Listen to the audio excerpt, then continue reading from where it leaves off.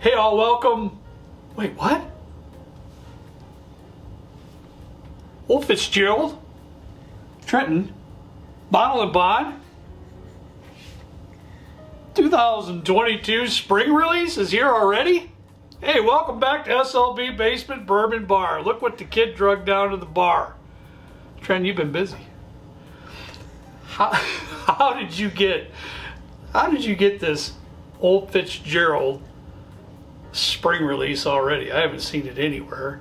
The kid brings it down tonight. We just taped a different video and he goes, we gotta do this one, we gotta do this one. Well, how did you get this thing? Well, there's a store in, we live in Valparaiso. I think we've kind of been out of it. Yeah, we live in Northwest Indiana, Valparaiso to be exact. There's a store in Portage, Indiana, or Hobart, Indiana. It's about 15 minutes away. It's called B Liquors. He had it for a price that wasn't $400, so I figured I'd buy it. Harry's a good dude. He really is. He's the owner of B's Liquor in Hobart, Indiana. He doesn't just hook us up either, honest to God. He doesn't. He is a friend to all of his customers, and he's a really good dude. And he takes care of his people. That's the best way I can describe it. So if you're ever around my neck of the woods, Northwest Indiana, stop in at B's Liquor, Hobart. It won't disappoint. He's got a great selection too, not just allocated stuff, but he's got a great selection of all kinds of varieties of bourbon and rye whiskeys.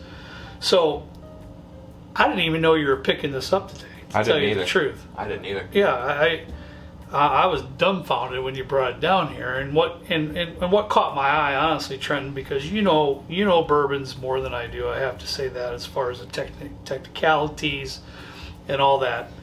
So we know. Correct me if I'm wrong. So I'm going to speak out here, but sometimes I could be a little wrong.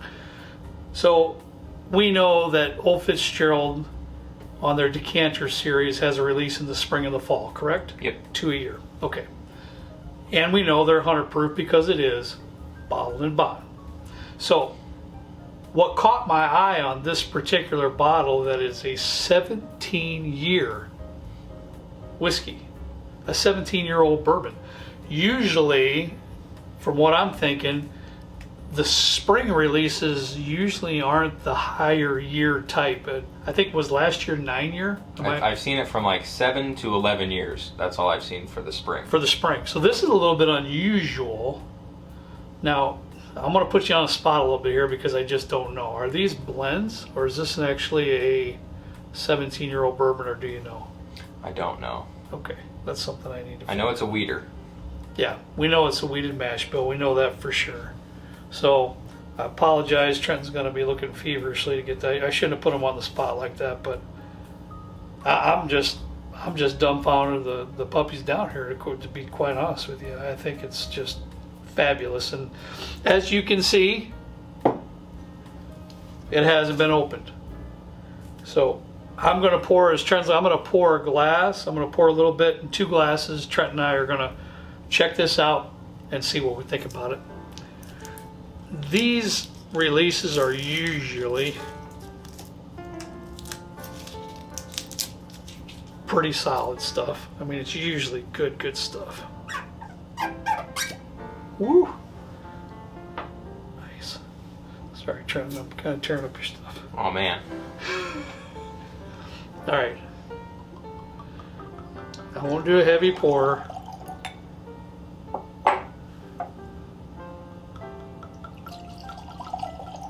All right, buddy. There you go. So the mash bill looks like it's 68% corn, 20% wheat, and 12% malted barley. Give this a little spinarooski and see what we got on the nose. It's got a beautiful color to it, doesn't it? It does. I'd be interested to taste this beside this Heaven Hill 17 and see how those compare. Might be a cool. That might be a good idea. He's been busy. He's got the Heaven Hill 17 year too. If you notice, I don't have any of this stuff. I got none of it. You can take this one if you want. Oh, no. I wouldn't think of it. Wow. That's really nice, Trent. Yeah. It's got a nice nose. You know what? When I nose wheated bourbons, you can kind of tell a little bit that they're wheated. Oh, yeah. It has a little softer essence to it. But what I like about this one here, a lot of them are like honeyish and things like that on the wheated bourbons. But this has like a depth with some toffee or some kind of caramel in there too. Not even caramel really, do you think, or no? It's just really sweet. It is very sweet nose. I do get that honey aspect that I get on a lot of wheated bourbons on the nose. Good quality wheated bourbons. But this has definitely more of a depth to it. I'm picking up a little bit of toffee in there too on the nose. All right, pal, you ready for this? Yeah. Hopefully it was worth it. It's really, really nice. You know, I'll get into the tasting notes here in a minute because that was the first sip, but what impressed me with that first sip is it's extremely well balanced. Yeah. It seems to have a nice, I would say it's a medium viscosity. It's definitely not thin at all. It definitely has some weight to the mouthfeel, which is really, really nice. And it seems like all the flavors are so well balanced in there. There's nothing that's, you know, stronger than the other type. That's just good. Really, really nice. What do you got, pal? Nothing. a little speechless. Trenton is actually in awe back there. It's really, really good. It really is. And I know Trenton. He's not going to pick this up for secondary pricing. That's not the case. I didn't ask him how much he paid for it, but I would bet it's very close to MSRP, if not MSRP. If you can find it, they're exceptional buys, and look at it. It's beautiful. The Decanter series is just a beautiful, beautiful bottle. Looks wonderful on the shelf. This particular release, 2022 spring release, to me, it has that softness to it that a wheated bourbon that you expect. Definitely has some softness there, but there's a real nice.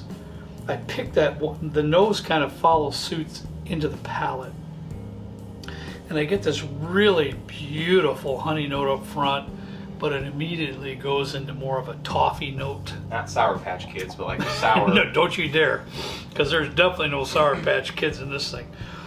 That's why I took another sip, I'm going to be honest with you, because I can sense a little bit of a fruit in there, and I'm trying to pick it up. But my original, as it comes into the front palate for me, Trent, and I pick up the normal, you know, the beautiful viscosity on the whiskey, and then it comes in with that little bit of a honey note that you always get, certain things like that. But then it just dives right into this beautiful deep toffee note. But then on the back end, I'm getting this little bit of fruit, and I'm thinking it's more like of a stone fruit type essence to it, just a little bit on the back end, maybe a peach, maybe a, you know, I can't really, maybe an apricot, maybe something of that nature, but a little bit of that on the back end. Really, really nice though. I mean, that's good quality stuff. Now, we get comments all the time, and Trenton puts out questionnaires. I don't do that, he does that. He puts that questionnaire stuff out on YouTube. And a lot of you folks say, with these highly allocated bottles, we like to see the review. We like to know what you think about it. And I'd be honest with you too. If I thought this was a dud, I promise you, Trenton, would I not? Yep. I would tell you this is a dud. I really would. So I think if I gave it a score from 1 to 10, what would you give it, Trenton? Like a 9 1/4, 9.5. You would. Me, I'd be more like an 8. I'd be around an 8. I think it's very, very good. But for me, if I'm going to give it somewhere between 9 or 10, boy, that thing better blow me away. I'm a big wheated fan, though. You are. Yeah. He's bigger into the wheated bourbons too, which it's very, very good. I'd tell you if it wasn't, I promise. But a lot of you folks ask, what's a comparable whiskey that you might be able to get that's something like this? And of course, you'd have to follow suit with that with, you know, in order to somewhat mimic what you have in this old Fitzgerald, it'd have to be a wheated bourbon. The only thing I can think of right now, to me, would be one of the special releases from Maker's Mark. But I think that might be sometimes a little bit fruitier than this. Yeah. This has a lot more deeper toffee notes to it. But the A122 Larceny Barrel Proof release, if you see that somewhere, that's somewhat similar, but I promise you, it just doesn't have that deep, rich toffee note to it. It has a lot of the other qualities: viscosity, honey notes. You know, a lot of stuff going on. But wow, this bottle really delivers when it comes to depth of flavor for me, Trenton. I don't know, it really does. I agree. Very, very good bottle. Thanks for sharing it with me. Just picked it up today, right? Yep. Today. This is our first open, so I appreciate you bringing it down and letting me share it with you. That's all we have for you today. I hope you enjoyed it.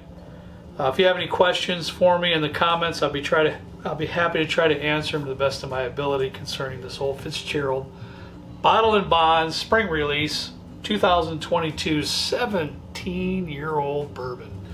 Beautiful. As always, we ask you to please drink responsibly, and we'll see you next time right down here with me in the good old basement bourbon bar.